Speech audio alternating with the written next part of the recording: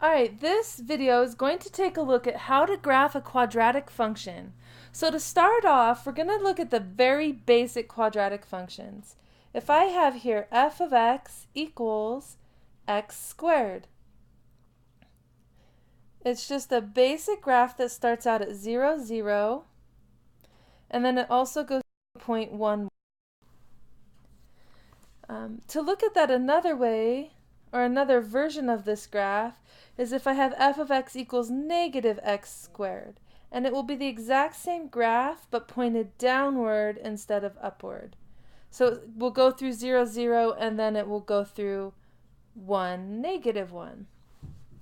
So those are your basic functions. Notice that because my x squared is positive, my graph is going up towards positive infinity.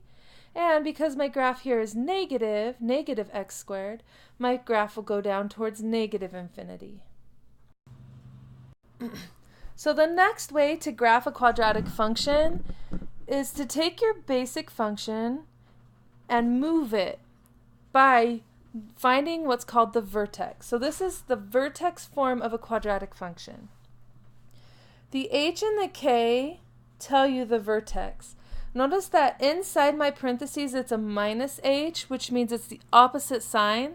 So if I had like x minus 2, it'd be positive 2. If I had x plus 5, it would be negative 5. So h is the x value of our vertex, k is the y value of our vertex, and that is going to carry whatever sign is on it. Then you have a, which is going to tell you if the graph is going up or down. If a is positive, the graph goes up.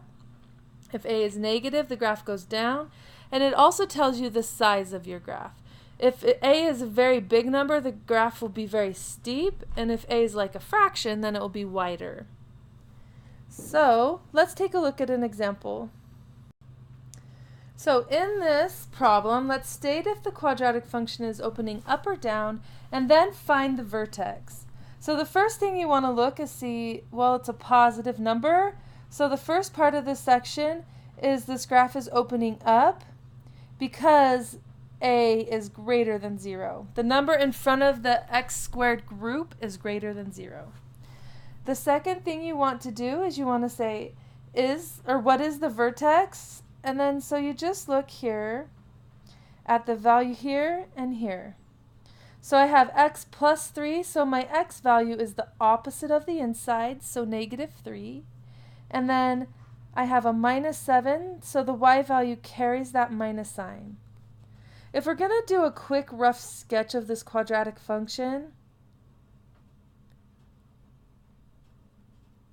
your vertex would be at negative 3, negative 7, and then it just opens upward. And that's a rough sketch. It's not the exact graph, but just so you can see what it would look like.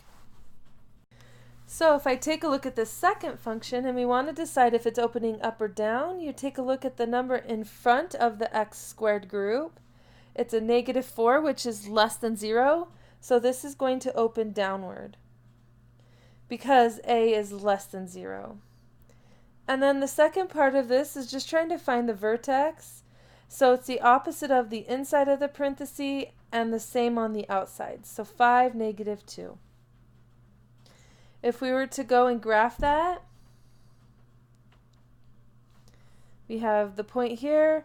It's pretty steep because of that 4. So it would look something along those lines. So let's take a look at how we would graph a quadratic function that's not in vertex form, but rather in standard form. So that means we have f of x equals ax squared plus bx plus c. So the first thing that you'll do is you will find the vertex. And the vertex is actually a point, so you'll find the x point and then the y point. So to find the x point first, what you want to do is you want to go and find negative b over 2a. So your b on this function is 6, so we have negative 6 over 2 times your a, and your a is 1. So that equals negative 6 over 2, which would be negative 3. So that is the x value of your vertex. Now whenever you're going to go and try and find the y value, so the y point in this, you will just plug the x value into the function. So you'll go negative 3 squared, which would be, well, we'll calculate it out in a second, plus 6 times negative 3 plus 5. So we get here 9 minus 18 plus 5. 9 plus 5 is 14. Negative 18 plus 14 is negative 4. So that means the point of my vertex is x is negative 3, y is negative 4. So we just found the vertex of our quadratic equation given. Step 2 is to find the y-intercept. So the y-intercept, in order to find that, you just plug 0 in for x. So we've got 0 squared plus 6 times 0 plus 5. So that means that our y-intercept is equal to 5, which creates a point. The x value was 0 and the y value is 5. The y-intercept is the easiest part of the quadratic function because it is always the constant.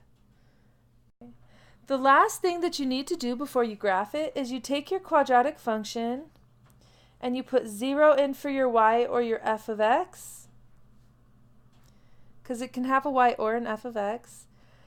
All right, and then I have this quadratic equation, and I'm going to just solve this quadratic equation by factoring and finding the zeros of the quadratic equation. So x equals negative 5 and negative 1.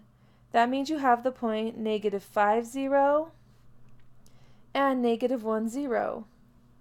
You should have, usually you'll have 2 x-intercepts. You can have no x-intercepts if it doesn't cross the x-axis.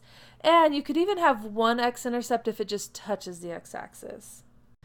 All right, so now let's look at how we would graph that. So I have my quadratic, or my coordinate system here. The vertex is at negative 3, negative 4. So there's my vertex right there.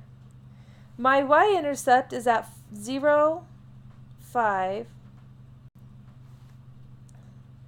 So 0, 5's up there. And then my x-intercepts are at negative 5, negative 1. I like to connect my points from left to right. And then I go up. That's really hard there. And then just kind of make the left side look like the right side. So there is our quadratic equation graphed out.